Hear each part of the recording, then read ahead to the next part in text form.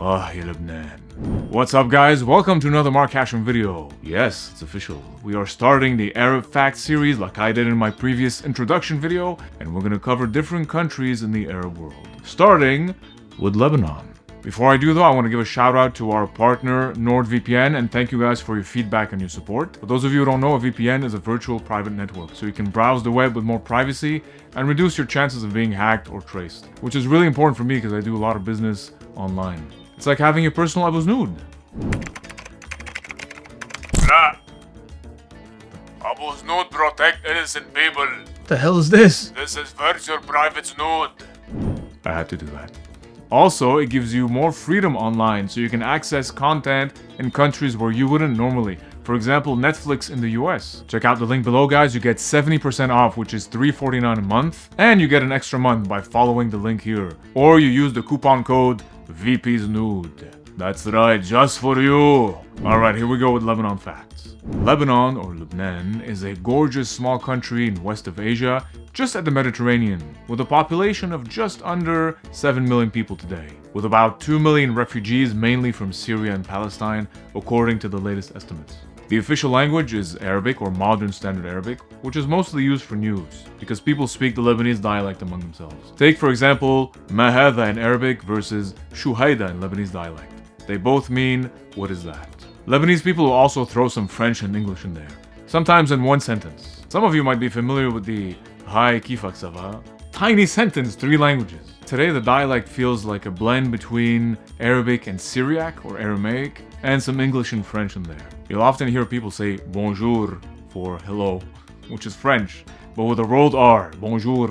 A word like good is mnih in Lebanese dialect, mnih, instead of Jayeen in Standard Arabic. Lebanon's climate is Mediterranean, so hot and humid in summer and cool and rainy in winter, except for the mountains where it's snowy.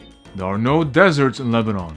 Before the civil war of 1975, Lebanon was a flourishing country with a thriving economy, to the point where it was labeled the Switzerland of the Middle East. But conflict has put the country in difficulty to this day. There are 3 religions that dominate Lebanon, with Islam with about 2/3, Christianity with about 1/3, and Druze with about 5%. But the country has 18 recognized sects. Now this plurality on one hand has been a source of conflict and tension, but on the other, a source of diversity and inclusion, which is reflected in this picture in Beirut. Speaking of, Beirut is the largest city and capital of Lebanon, with over 2 million people in the metropolitan area. It's where you'll see a fusion of old and new, with Roman baths next to modern buildings, and religious diversity, with Muhammad al-Amin Mosque, the Blue Mosque, the St. George Maronite Cathedral, and the Greek Orthodox Cathedral of St. George. Now Beirut, and Lebanon really, has been compared to a phoenix because of its history of being destroyed and rising back on its feet. So the phoenix is a powerful symbol for the Lebanese.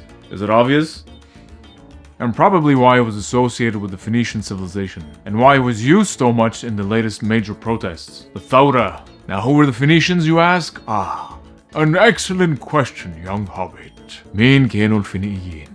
The Phoenicians, or Canaan in the native language, date back to about 4,000 or 5,000 years ago.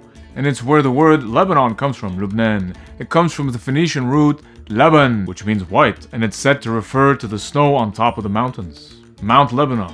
It's funny because in Lebanon we say Leban for yogurt, which is white. It all makes sense now. Now the people of this ancient civilization were masters of the sea. So much so that they became a thalassocracy, an empire at sea, who stretched all over the Mediterranean thanks to their formidable naval power. And apparently, they may have made their way beyond, all the way across the Atlantic Ocean to the Americas. But that's contested. I don't know if there's enough evidence to prove it. Regardless, Lebanese love to do trading and business and travel. Up to this day. That's why I always say Lebanese are everywhere. Everybody's grandma or grandpa is Lebanese. We'll see. And here's another cool fact about Phoenicians. That the Lebanese people, in fact, never tire of saying, yes, Phoenicians developed the earliest forms of the alphabet. In fact, alphabet, yes, it comes from alpha beta, but it comes from alif bet. Yes, that's the ancestor of the alphabet you're using right now to comment how amazed you are. Like نحن اخترعنا الألفابet. The letters were then transformed into Greek, Roman. Now we have to talk about Rs, the Cedars of Lebanon, or Cedrus Libani for biology students. So significant that it's on the country's flag itself. Why? because Erz is a blessing from the Lord. There's literally a conservation area there called Erz al-Rab, which I had the privilege of walking through. You're walking basically through a forest that dates back to biblical times. King Solomon himself was said to have built his temple using cedars from Lebanon. Now, Erz al-Rab was found in the Valley of Qadisha, the Holy Valley, another heavenly spot which was made popular by the Lebanese poet Gibran Khalil Gibran. Very influential Lebanese man who lived in the 20th century, born in Psharre, moved to the US, struggled with his family, and wrote a very famous Nabi, the Prophet, which happens to be my favorite book. Other very influential people include Fairuz, Wadih Safi, and Abu Znood. No, I'm kidding. Fairuz is considered one of the most influential singers in the Arab world, even at times when Lebanon's political climate was divisive, because there was a unifying quality to her music and to her presence as a public figure. Even Beyoncé says she listened to Fairuz. Timeless music.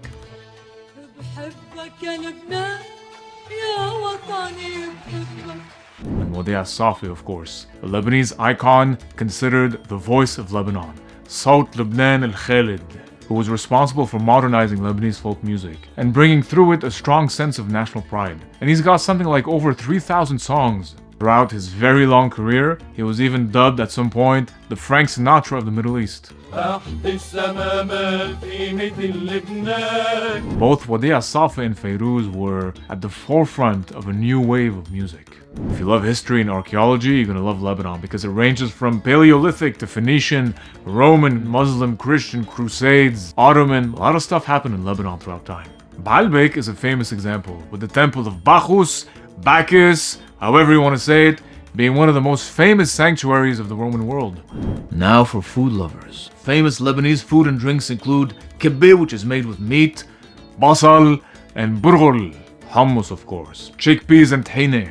Tabouleh, made with baqdounes, basal, banadura, and burghul. Mjadra is also a famous one. It's a pretty intense stew made of lentils, rice, and onions. And of course you have shawarma, falafel, shish tawouk, manaish. God, I'm hungry now. And of course for drinks you have the famous araq, halib al-sbi', the milk of lions. It's a pretty intense liquor made of anise and fermented grapes, which you often mix with water and ice, which gives it that milky look. And of course it has to accompany delicious feasts, including raw meat, drinks, and food for lions. It's similar, by the way, to the Greek ouzo and the Turkish raki. Now on to some quick fun facts. Byblos or Jabal is one of the oldest continuously inhabited cities in the world. According to the richest, in 2008 Sky Bar was voted the best bar in the world. It's often said that in springtime and the same day, you can swim in the sea and or ski in the mountains in Lebanon.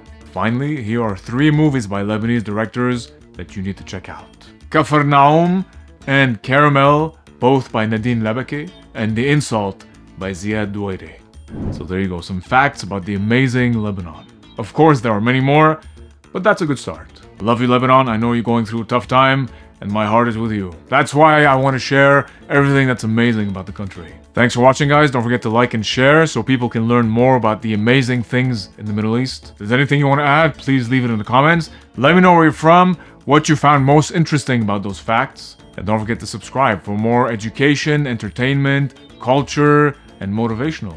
And hit that bell so you never miss a video. Thanks for watching, guys. Shukran ilkun. Wallah ma'akum.